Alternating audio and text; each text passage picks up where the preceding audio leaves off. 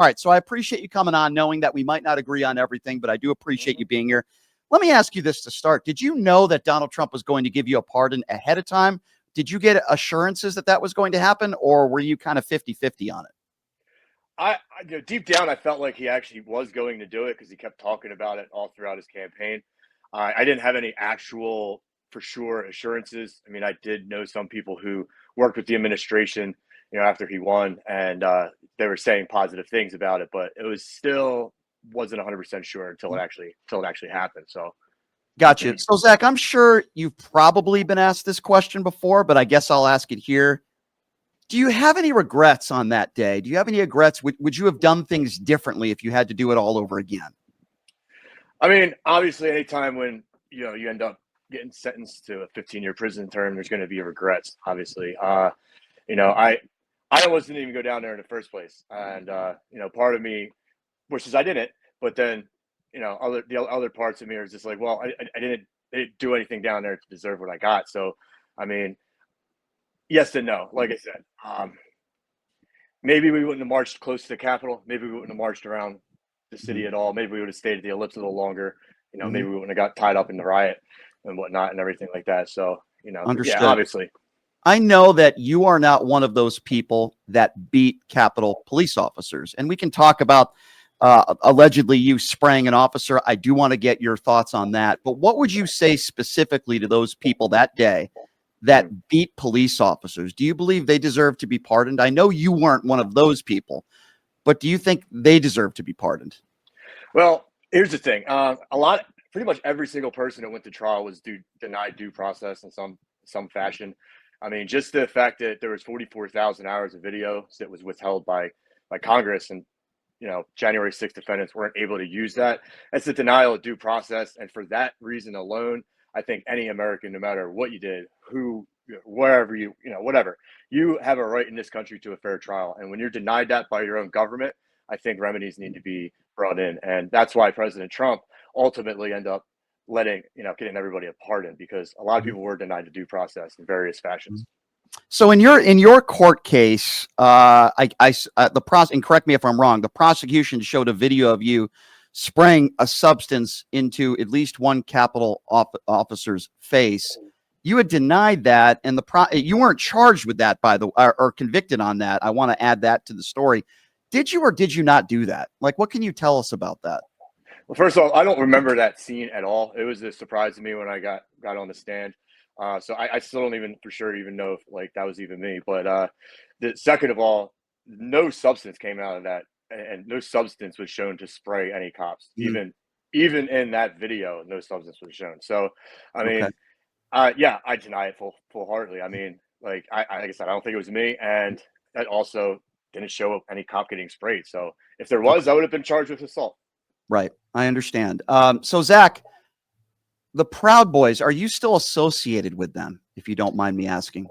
I would say loosely associated. I haven't taken a leadership role in the organization or anything. I had Mhm. friends who, stood by my side the whole time and helped my family out and whatnot, and I'm Mhm. forever grateful to them. But I can't say I'm like, both feet into the organization kind of thing right now. I'm just trying to get my life back together a little bit. It's I been a long understand career. that. I understand that. So you had said in court that you let politics, quote, take over your life. You were tearful. You said, I'm done with politics. Um, do you still feel that way now? I know those were emotional statements that you made before sentencing. Do you still feel that way today? For the most part, when it comes to certain aspects like rallying, in 2020, for example, I went to a lot of rallies in 2020, and for all various different things. And you know, um, basically, the news doesn't pay attention to the rallies that are peaceful. They only pay attention to the rallies that something bad happens at, and Mhm. just putting yourself in a position to where you can be a target of the media or a target of politics because something bad happened at one of these rallies. It's not something I really want to, keep putting myself in. So that Right. I stand by that aspect of it. Why do you think the Southern and Poverty Law Center and other organizations in this country consider the Proud Boys a hate group? Why do you think that is the case? I think it just comes down to politics. I mean, I don't know specifically what we hate. I mean, we have members of all Mhm. backgrounds. I mean, Mhm. at my own trial, I had three African Americans come testify for me. I had an Asian man, we had a Jewish man, all Mhm. testify on our behalf for us. And it's just like Mhm. we have people of all backgrounds, and I Yeah. think it's just politics, Mhm. Proud Boys got involved in some politics, and Yeah. that's it. So Zach, you would consider yourself, I don't know if you would consider him a close friend, but you're friends with Enrique Tarrio, right? The leader of the Proud Boys. Is that a fair statement to make? Yes, that's fair. I'm wondering, I know you didn't do this, and I'm not saying that you speak for him, but I want to get your opinions on what took place the other day where I saw Enrique Tarrio, and we all did, in a video following Capitol Police Officer Michael Fanone in a hotel, calling him a coward and other things. And I'm thinking to myself, this is just me. I'm like, why are you doing that? You were just pardoned. As you just said, you're trying to get your life back together, which I certainly understand. Why is he doing this? Why is he following Capitol Police officers trying to start confrontations? It's not something you're doing. Why is he doing that? I just think it's a bad look, Zach. I mean, I can't speak for whatever Enrique does on a Yeah. daily basis, Mhm. but I do feel like he feels like he's been wronged, and he wants to try and get his side of the story out there. And I just think there's he, better ways of doing it, though, Zach. Get your side of the story out there, like what you're doing right now. Come on a show. I think that's fine. And Enrique did CNN, and I thought it was a respectful interview.